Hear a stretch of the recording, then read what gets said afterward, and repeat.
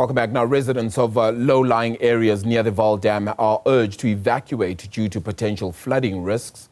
The Department of Water and Sanitation has reported what is a rapid increase in inflows into the Vaal Dam. This has prompted the opening of a fifth sluice gate to manage the escalating water levels. Now, the dam has surpassed 100% capacity, with additional rainfall expected during the week. Let's talk about this in a little bit more. Then Kathy Manten, the owner of Manten Marina, which actually houses the National Sea Rescue Institute Station 22 that is on the Vaal Dam. Kathy, thank you so much for the time. Let's talk about just preparations in a time like this then as well, and what it is you're seeing in and around the Vaal Dam with regards to evacuations and indeed the pulling back of property and materials. Well, we noticed that the dam was spiking on Saturday night, about midnight, and we started moving everything up above the water level, out of the yard area, got staff in the middle of the night to assist us with this. We've got the dam sitting at 111% currently. We've got 1,000 plus cubic meters a second coming in, and only about 700 cubic meters a second going out. So although we've got 5 sluice gates open, we should have more, because at this stage, the dam level is rising continuously.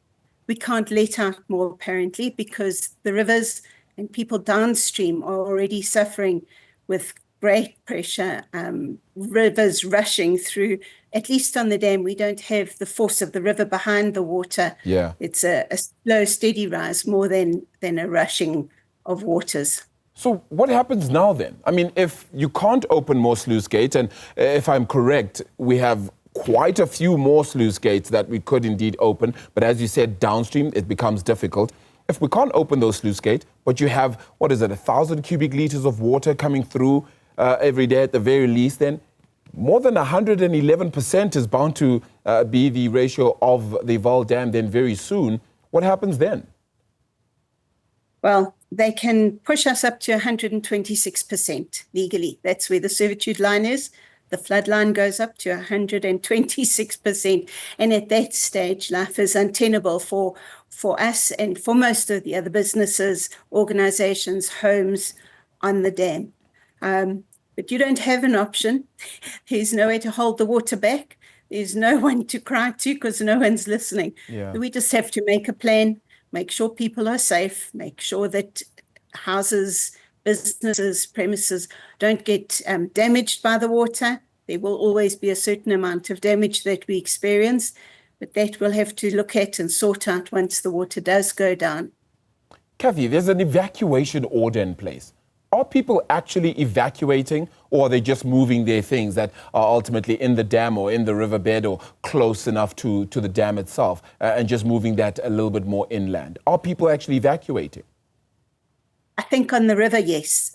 Many of them, most of them. There will always be some people who are worried about their premises, worried about their belongings, that would like to stay and try and make some sort of damage control. But the vast majority of people realize that this water, when it comes down that river, comes with incredible force, and it's not worth losing lives for that. The big thing is that people don't think that they can drive over low water bridges. They just want to get here quickly or just do that quickly. They need to ensure that their electrical appliances are all switched off, lifted above the water level, and then they need to get to safety, because this can get worse. And it gets worse quickly. Sufficient communication in and around this? Has there been sufficient communication, especially around the area? I don't believe so.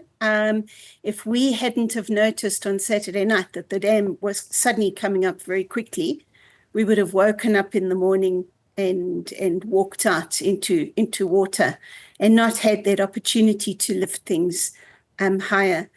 As it is, they were maintaining the dam at about 106 to 107%, which means that when you get a big rain system like this coming in, there's not a lot of storage area left. They should perhaps have tried to aim to keep the dam at 100% and let this water out slowly as it came in, without it becoming a do or die situation where you have to let out, but you also can't let out too much because people downriver are washing away.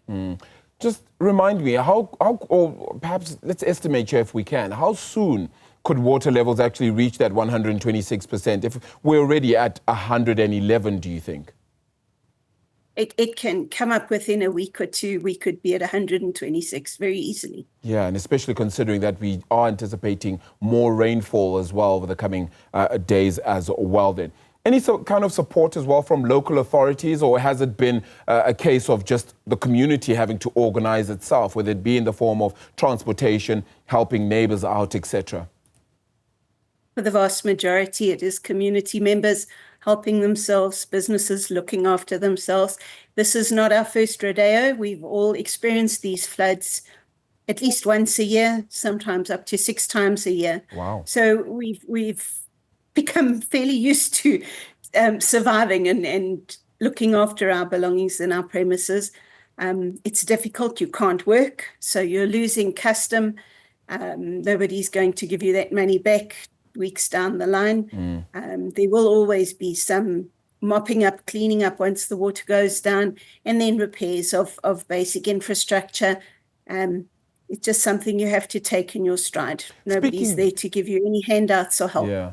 Speaking of that infrastructure, is there sufficient, shall we say, sturdiness to that infrastructure, it being rebuilt, it being sturdy enough to hold in situations like this, especially when you say there are at least these occasions perhaps happening maybe even 6 times a year? In the majority of cases, yes. Most of the premises that fall below the flood line were existing premises when the dam wall was raised. And at that time, those property owners would have been given an option by Water Affairs to either move or to make a plan. So the majority of people have made a plan. But you know just as well as I do that when nature gets angry, there's not much you can do to stop it. So we hope and pray we don't get any big bad storms, because in that case we do pick up a lot more damage. Yeah. And again, we are fortunate because the people on the river are having a much tougher time of it.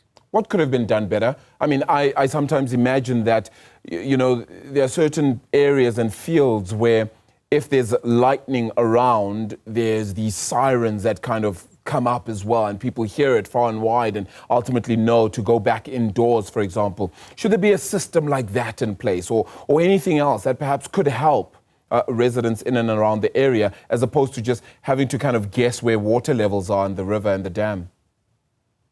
I believe there should be more monitoring stations along the length of the Vaal River, so that the Department of Water Affairs Flood Management Group has got better information as to how much water is coming down, because they have a few measurement stations, but most of the measurement stations they used to have no longer exist or do not work anymore.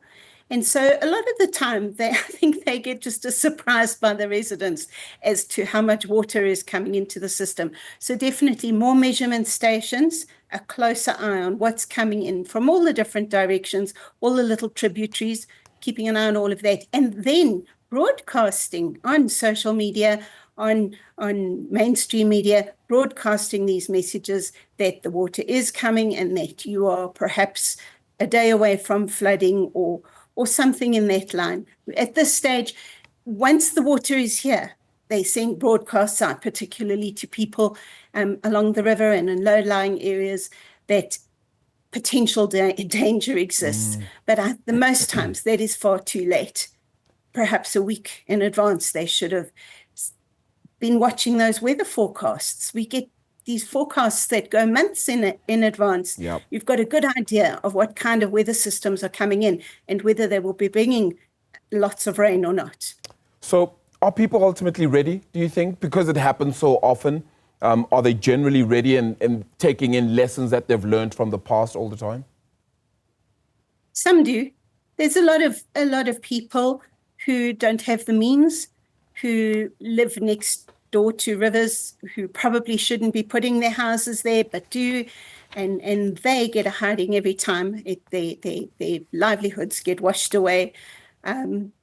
And that's just a problem with the country. But for established businesses and homeowners, most of them are aware. It doesn't ever make it comfortable. It takes a huge chunk of time out of your lives trying to get everything up above the flood level, trying to ensure that everything is safe and secure. So it's never ideal. Kathy, earlier, just a little bit earlier, it's spoken as well about being unable to operate, being unable to live pretty much in the area. So what does that mean for businesses? One thinks the Vaal Dam in itself has been a tourist area for a number of years as well. This must be a hindrance to that, which means it kind of diminishes the ability for you to be kind of making money in and around the area as well. Absolutely. We get a lot of extra custom by people driving past who want to come and see the dam wall or the sluice gates open. It's a beautiful sight. It's incredible that there's that much water. But the reality on the ground for the business owners is most of the businesses along the shore can't open because they're underwater. It poses a safety risk to visitors. Sporting organizations are unable to carry on with their sports. We can't launch boats. It's dangerous to allow clients to get to their boats. So everything gets affected negatively when we have floods like this. Yeah, you're meant to, what is the saying then, fix the walls ultimately before they leak. So yeah, the fixing of all of this should have been done ultimately before the flooding as it's happened right now. Kathy, appreciate the time helping us understand that's just a little bit more on the inference and the difficulty that is ultimately faced as well by all those along the Vaal Dam. Kathy Manten of Manten Marina, which houses the National Sea Rescue Institute Station 22 on the Vaal Dam.